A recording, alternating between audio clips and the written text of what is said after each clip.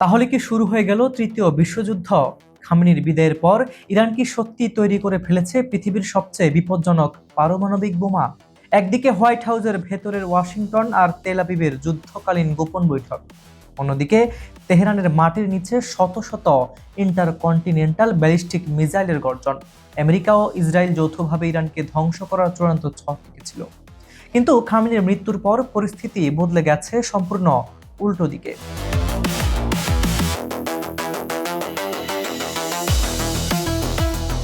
ইরানের সর্বোচ্চ ধর্মীয় নেতা আয়াতুল্লাহ আলী খামেনির মৃত্যুর পর মার্কিন পেন্টাগন এবং ইসরায়েলি গোয়েন্দা সংস্থা মোসাদ ভেবেছিল এটাই সুযোগ, এবার ভেঙে পড়বে ইরানের ইসলামিক শাসন ব্যবস্থা। কিন্তু গত ৩রা জুলাই থেকে শুরু হওয়া দীর্ঘ ৪ মাসের শেষ বিদায় অনুষ্ঠান বিশ্বকে দিল এক ভিন্ন বার্তা।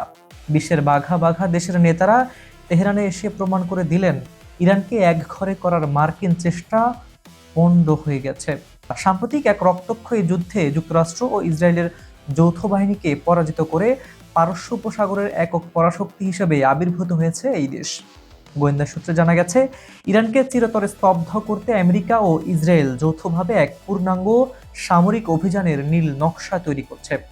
কিন্তু ইরান কি ভয় পেয়েছে? বিশ্লেষকরা বলছেন একেবারেই না।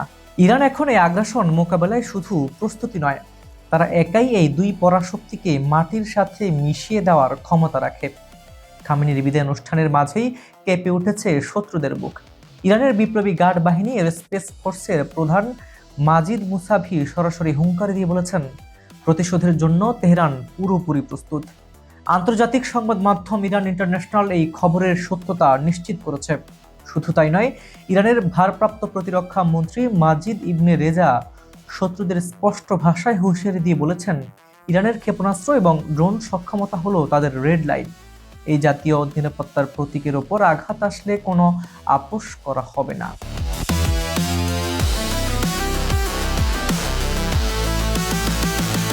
এদিকে ইরানের এই শক্তি দেখে আতঙ্কে কাঁপছে ইসরায়েলি প্রধানমন্ত্রী বেনিয়ামিন নেতানিয়াহু।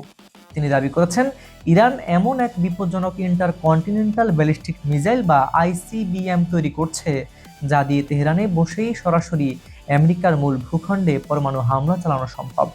তবে সামরিক বিশেষজ্ঞরা বলছেন অন্য কথা। তাদের মতে পারমাণবিক অস্ত্র ছাড়া আইসিবিএম তৈরি করা অর্থহীন। আর ইরানের কাছে তো এখনো কোনো পরমাণু বোমা নেই। তাহলে আমেরিকা কেন এত ভয় পাচ্ছে? হ্যাঁ, এখানে আছে আসল টুইস্ট। ইরানের বিপ্লবী গার্ড বাহিনী সংশ্লিষ্ট গণমাধ্যম ফার্স নিউজ এক বিস্ফোরক তথ্য ফাঁস করেছে। আন্তর্জাতিক মিডিয়াগুলো জানাচ্ছে, ইরান এবার আনুষ্ঠানিকভাবে প্রবেশ করতে যাচ্ছে পারমাণবিক অস্ত্র তৈরির চূড়ান্ত দৌড়ে। তেহরানের শীর্ষ মহলের ধারণা, আমেরিকা আর ইসরায়েলের মতো দাম্ভিক শত্রুদের চিরতরে দমানোর একমাত্র পথ হলো এই মারণাস্ত্র অর্জন করা। আর ইরান যদি একবার পরমাণু বোমা বানিয়ে ফেলে, তবে পৃথিবীর মানচিত্র থেকে ইসরায়েলের অস্তিত্ব পুরোপুরি মুছে যাওয়া কেবল সময়ের ব্যাপার মাত্র। আমেরিকা ইসরায়েলের যৌথ হামলা বনাম ইরানের পারমাণবিক বোমা, এই যুদ্ধে শেষ পর্যন্ত জয় কার হবে? ইরান কি পারবে আমেরিকার মূল ভূখণ্ড কাঁপিয়ে দিতে? আপনার কি মনে হয়? কমেন্ট করে আমাদের এখনই জানান। সুপ্রিয় দর্শক, আজকের এই বিশেষ অনুষ্ঠানটি আপনারা পৃথিবীর কোন প্রান্ত থেকে দেখছেন তা এখনই আমাদের কমেন্ট বক্সে জানান।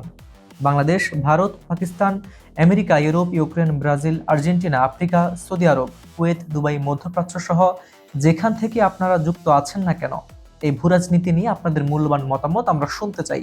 আন্তর্জাতিক রাজনীতির এমন সব এক্সক্লুসিভ হট টপিকের আপডেট সবার আগে পেতে এখনই আমাদের চ্যানেলটি সাবস্ক্রাইব করে রাখুন। আর যে কোনো ধরনের বিজ্ঞাপন ও প্রমোশনের জন্য ডেসক্রিপশনে দেওয়া নাম্বারে সরাসরি যোগাযোগ করতে পারেন। আজ এ পর্যন্তই।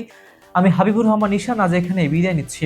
দেখা হবে পরের ভিডিওতে সম্পূর্ণ নতুন ও চাঞ্চল্যকর কোনো ইস্যু নিয়ে। সে পর্যন্ত ভালো থাকুন, নিরাপদে থাকুন। আল্লাহ হাফিজ।